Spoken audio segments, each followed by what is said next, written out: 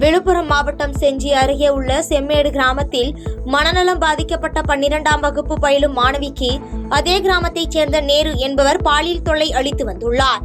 இதில் சிறுமி கர்ப்பமாகிய நிலையில் சிறுமியின் பெற்றோர் அளித்த புகாரின் அடிப்படையில் செஞ்சி அனைத்து மகளிர் போலீசார் நேருவை போக்சோ சட்டத்தின் கீழ் வழக்கு பதிந்து கைது செய்து விசாரணை நடத்தி வருகின்றனர்.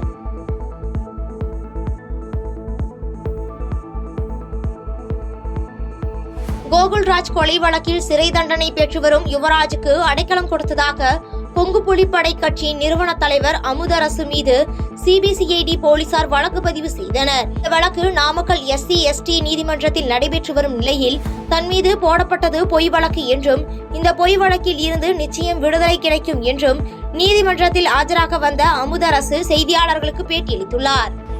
யுவராஜ்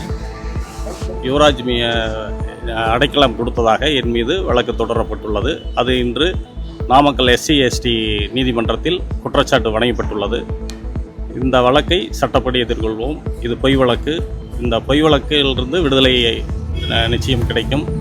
இந்த விடுதலை அனைவர் மீதும் போடப்பட்டுள்ள பொய் வழக்கு என்பது நிரூபணம் ஆகும்.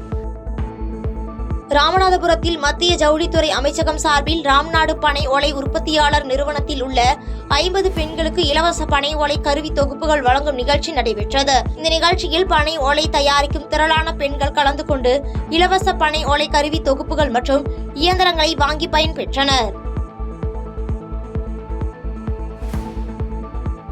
நெல்லை மாவட்டம் அம்பை அருகே உள்ள கல்லிடைக்குறிச்சியில் சிறுவர்கள் உட்பட ஒரே நாளில் 10க்கும் மேற்பட்டோரை தெருநாய் கடித்து குதறிய சம்பவம் அப்பகுதியில் பெரும் பரபரப்பை ஏற்படுத்தியுள்ளது.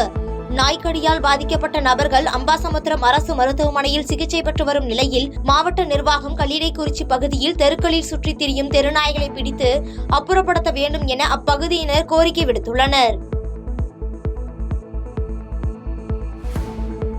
திண்டுக்கல் மாவட்டம் செட்டிநாயக்கன்பட்டி தெருவில் பிளாவர் பிளாக் அமைக்கும் பணி நடைபெற்று வரும் நிலையில் அந்த பகுதியில் 15 ஆண்டு காலமாக வளர்த்து வந்த 5 வேப்ப மரங்களை அரசு அனுமதி பெறாமல் ஒப்பந்ததாரர் வேரோடு வெட்டி சாய்த்துள்ளார்.